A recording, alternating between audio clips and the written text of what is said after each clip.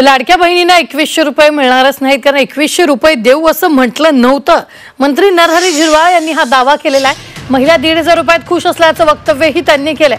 सरकारकडून लाडक्या बहिणींची फसवणूक झाली की काय असा सवाल आता उपस्थित होतोय, कारण नरहरी झिरवाळ यांनी 2100 रुपये देऊ म्हटलं नव्हतं असं स्पष्ट म्हटलेलं आहे.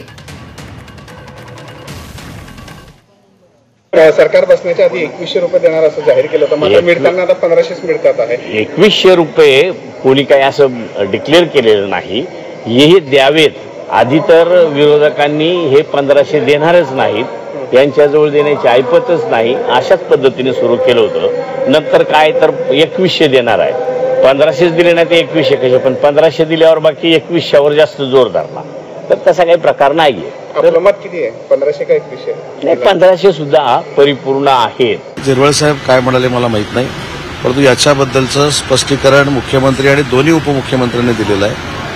जो ज्याला आपण काय म्हणतो अजेंडा तयार करतो आपण निवडणुकीचा, किंवा आम्ही 5 वर्षामध्ये काय काय करणार आहोत हे सांगतो, ते 5 वर्ष त्याला अवधी असतो. त्याच्यामुळे त्या विषयावर देखील व्यवस्थित आमचा अभ्यास सुरू आहे आणि त्याच्याबाबत देखील योग्य वेळी ज्यावेळी निर्णय घ्यायचा असेल हे मुख्यमंत्री आणि दोन्ही उपमुख्यमंत्री घेणार आहेत.